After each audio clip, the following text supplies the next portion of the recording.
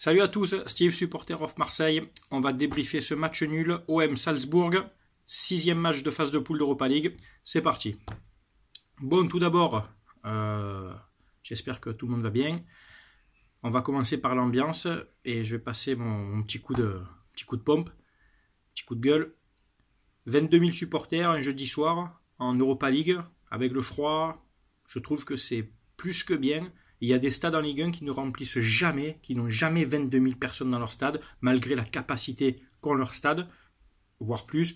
Donc 22 000, je pense que c'est un bon... Je suis content par rapport au match d'avant où on n'était que 10-12, 22 000, voilà, bravo à tous ceux qui ont pu y aller. Pardon, moi j'ai pas pu y aller malheureusement. Et donc ça me fait rebondir sur une déclaration de Tonini, donc qui est un leader des Yankees, que je respecte, qui a fondé le groupe des Yankees il y a plusieurs années, voilà, mais qui depuis quelques temps, des fois, fait des déclarations qui c'est gênant ce qu'il dit. Alors, ça n'engage que lui, il faut qu'il arrête de dire on s'en fout. Donc, sa déclaration, c'est le match de Salzbourg, pardon, tout le monde s'en fout, qui veut aller se cailler, qui veut aller, voilà, il fait froid, etc., blablabla. Moi, je prépare le match de dimanche. Écoute, Tonini, j'ai envie de te dire, c'est ton problème, quoi. Mais les 22 000 mecs qui étaient au stade hier, eux, ils s'en foutent pas. Et heureusement qu'ils sont là. Et heureusement qu'il y a des mecs partout en France qui supportent l'OM et qui font des déplacements. Donc, ce genre de raisonnement, comme quoi c'est pas un match important, ou que l'équipe joue pas le jeu, on y est en Europa League. On s'est fait chier à y être en Europa League. Il faut soutenir cette équipe. C'est vrai que c'est pas glamour de jouer contre Salzbourg. C'est vrai que c'est pas top de jouer un jeudi soir. Il fait froid, etc. Mais franchement, de dire ça, tu te prends pour le porte-parole ou quoi? Faut arrêter, ça n'engage que toi. Dis moi je m'en fous, mais arrête de dire tout le monde s'en fout. C'est pas vrai. Voilà, tu parles pour toi. J'espère que d'autres gens qui font des débriefs vont en parler de ça. Parce que souvent, il y a un peu de langue de bois où on veut pas rentrer en conflit, etc. Voilà, moi je le dis. Donc j'ai un message, j'essaie de le faire poliment, voilà, c'est pour toi. Malgré que je t'aime bien, Tony, mais là pour le coup, là, voilà.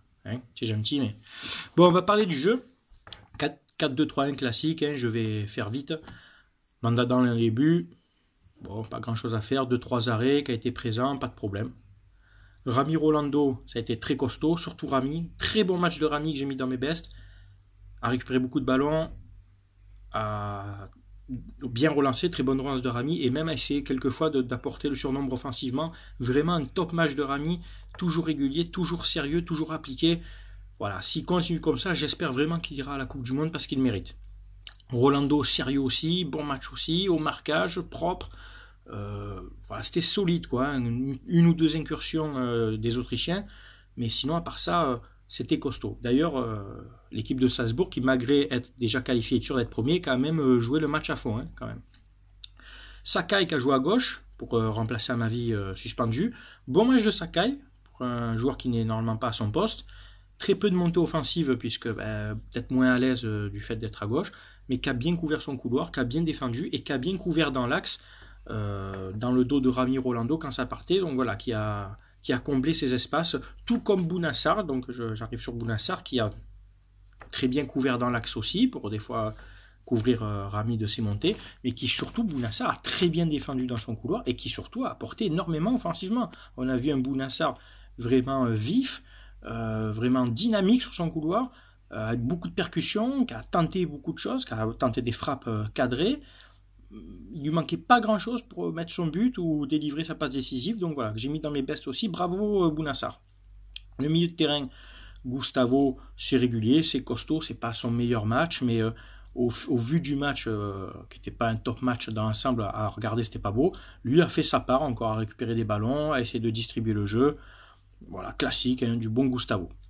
Anguissa, j'ai trouvé un cran dessous, surtout le début de première mi-temps où il perd pas mal de ballons. Il a eu du mal à se positionner, a fait des fautes aussi. Je l'ai pas trouvé très en jambes. Ça allait mieux un peu après, mais au fil du match, il s'est aussi un peu, ça s'est estompé, quoi. Voilà. Pas un top match d'Anguissa pour moi. Les joueurs offensifs, je vais commencer par Ocampos. Certes, il n'a pas marqué. Certes, il a tenté peu de frappes, mais il s'est énormément battu sur son couloir. Il a essayé de proposer, il a essayé de dynamiser cette attaque. Je trouve que les joueurs offensifs étaient trop éloignés les uns des autres. NG, Ocampos, Et le petit Lopez et Sanson derrière, voilà, il y avait peu d'animation offensive, c'était très difficile de créer quelque chose quand vos joueurs sont à plus de 30 mètres les uns des autres. Sanson en 10, ben Sanson qui essaye, qui est en position 10, mais que j'ai trouvé très peu inspiré, peu de bons ballons donnés, un peu fébrile, un peu discret, qui au fil du match, qui s'est éteint, quoi. Donc voilà, un match de Sanson moyennasse.